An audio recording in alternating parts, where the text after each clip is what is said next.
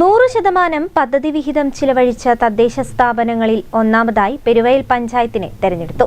സംസ്ഥാനത്താകെയുള്ള 1200 തദ്ദേശ സ്ഥാപനങ്ങളിൽ ഒന്നാം സ്ഥാനമാണ് പെരുവയലിന് ലഭിച്ചത്.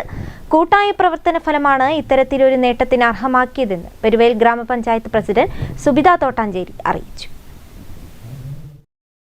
സംസ്ഥാനത്ത് പദ്ധതി വിഹിതം ഏറ്റവും കൂടുതൽ ചിലവഴിച്ച തദ്ദേശ സ്ഥാപനങ്ങളിൽ ഒന്നാം സ്ഥാനം പെരുവയൽ ഗ്രാമപഞ്ചായത്ത് നേടി.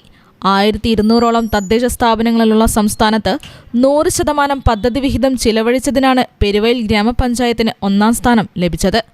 1964-ൽ പെരുവയൽ ഗ്രാമപഞ്ചായത്ത് രൂപീകരിച്ച ശേഷം ആദ്യമായാണ് ഇത്തരത്തിലൊരു നേട്ടത്തിലേക്ക് ഗ്രാമപഞ്ചായത്ത് ചുവടുവെച്ചത്. 2023-24 വാർഷിക പദ്ധതിയിൽ മികച്ച പ്രവർത്തനം നടത്തിയതിന്റെ ഫലമാണ് ഇത്തരത്തിലൊരു നേട്ടത്തിലേക്ക് പഞ്ചായത്തിനെ എത്തിച്ചത്. പദ്ധതി വിഹിതം തയ്യാറാക്കുമ്പോൾ നടപ്പിലാക്കാൻ പറ്റുന്ന പദ്ധതികൾ തിരഞ്ഞെടുക്കുകയും കൂട്ടായ്മയിലൂടെ അത് നടപ്പിലാക്കുകയും ചെയ്യുന്ന രീതിയായിരുന്നു പെരുവയൽ ഗ്രാമപഞ്ചായത്ത് ആവിഷ്കരിച്ചത്.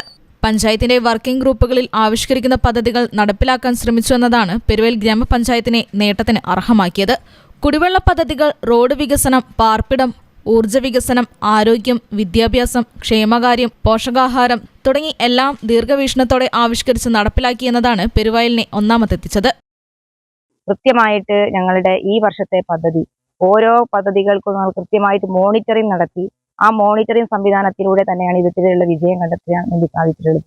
കൃത്യമായിട്ട് പ്ലാൻ ഫണ്ട്, അതേപോലെ ഞങ്ങൾക്ക് മെയിൻ്റനൻസ് ഫണ്ട് നമുക്ക് കിട്ടിയുള്ള പൂർണ്ണമായിട്ട് ചെലവഴിക്കാൻ ഞങ്ങൾക്ക് കഴിഞ്ഞിട്ടുണ്ട്. കക്ഷി രാഷ്ട്രീയ ഭേദമില്ലാതെ ഗ്രാമപഞ്ചായത്ത് അംഗങ്ങളുടെയും അതോടൊപ്പം നിർവഹണ ഉദ്യോഗസ്ഥരുടെയും കൂട്ടായ്മ പെരുവയലിനെ പോലുള്ള ഒരു ഗ്രാമപഞ്ചായത്തിനെ മികച്ച രീതിയിൽ പദ്ധതി വിഹിതം ചിലവഴിക്കുന്നതിലേക്ക് എത്തിച്ചു.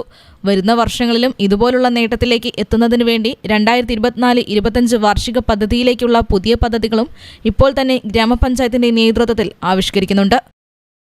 News bureau, Mavoor.